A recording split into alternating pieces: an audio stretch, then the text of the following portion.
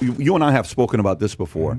How much credibility is there behind the story of your dad with Marilyn Monroe? That's out there. A lot of people have talked about that before.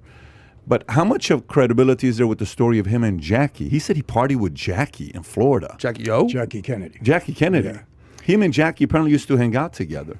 You know, I will tell you this. My dad sometimes embellished things a little bit. Yeah. But he never straight out lied to me. So he might have made it a little bit better than it really was, maybe. But when he told me something, I believed it. You know, the whole Marilyn Monroe story. I mean, when he finally told me that was after my mom died. Because I said to him, I said, Dad, why did Bobby Kennedy come after you in such a way? What happened? You know, and he said to me, Mike, now that your mother has passed, I would never be disrespectful to her. I can tell you. And he said he had an affair with Marilyn Monroe, and then this might have been a little bit of embellishment. He said Marilyn Monroe was in bed with Bobby Kennedy, and she started yelling my name. Oh, Sonny! It was the swinging 60s, baby. Wow! And then he said Bobby got on the phone with Hoover and said, "Get Franzese, no matter what you got to do." Oh man! And that's when all the trouble started. All he had to do was run for another year or two. He would have been all right. That was it. But I mean, I do know he was with her because I said, "Dad." He said, "No, Mike, straight school." What were your thoughts on, you know, JFK, Bobby Kennedy, even MLK? Because that's when you were a kid in your teens. What was that like in that time? CIA doing some house cleaning? Bobby Kennedy, I had to dislike because my dad always said it was him that went after him and put him in all this trouble. Because remember, Hoover, you know, up until that time, never would even admit that the Mafia existed. And the reason for that is because one of the reasons, you know, Frank Costello was involved with the Stork Club. Hoover used to go in there quite a bit, and they had a lot of dirt on him. And we do cover this in Mafia States of America. They had a lot of dirt on him, and he would never even admit to it until Valachi came around. Then he had to admit to it, but he never went after the mob. Yeah. Bobby Kennedy, gloves off, he went after him. Well, you guys, if it's all right if I say, you and Sammy both talked about the mob's involvement in the JFK assassination as well in this upcoming. And you had said that you two had never spoken, you had never talked about it before, and you corroborated each other's story. And it was almost the exact same story. I heard it all my life. I mean, why would people lie to me about it, you know, from the right people?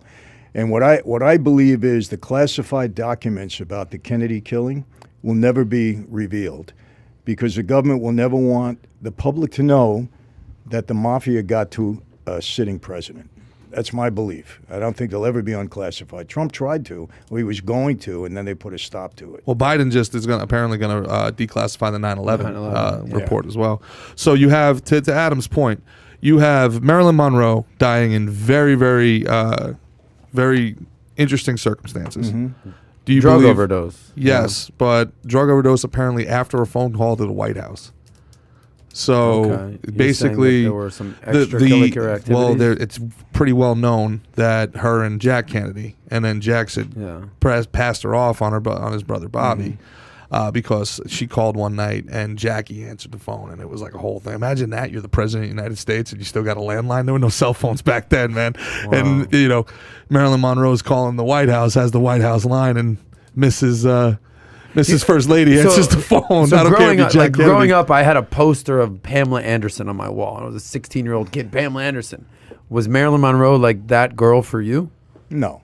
Okay. I mean, you know, she died in the 60s. I was still a kid. Okay. But, just to get back on it, so just real quick, do you think the Kennedys had Marilyn Monroe killed?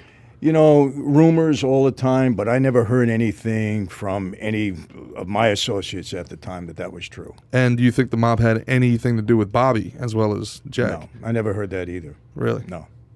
Only Jack. Really? So what do you think about Sirhan Sirhan? You know, it's all over the news. That they're going to let him out? Yeah, that they're going to let him out? You know, listen, you know, from a guy that's done time, and look, I've either been in prison or visiting prison my entire life. This guy did a lot of time. If he's rehabilitated and they believe he has, let him out. For those of you that don't know, the murderer of Bobby Kennedy, Sirhan Sirhan, was just let out of jail. Also, for people that don't know, Bobby Kennedy was a shoo-in to be the president of the United States of America. Of course. Absolute shoo-in. Yeah. The level of momentum he had was unbelievable. Yeah. And maybe even more qualified than his brother. Oh, definitely. Yeah. Yeah, a lot of people think his brother was the real brains behind the operation, but Jack just had that charisma. And Bobby was what, the Attorney General at the time? Yeah. Yep. Well, according to, you were talking about Bobby coming down on the Mafia. According to Rudy, when Colombo did the Italian Anti-Defamation League, that was the Italian American Civil Rights League. That was when the entire FBI apparently was like, all right, enough of this. We got to go get these guys. Well, I was one of the first ones called to go on that line, and that thing started just several months after my dad went to prison. Was that like the Black Lives Matter of its time? Was that like? Yeah.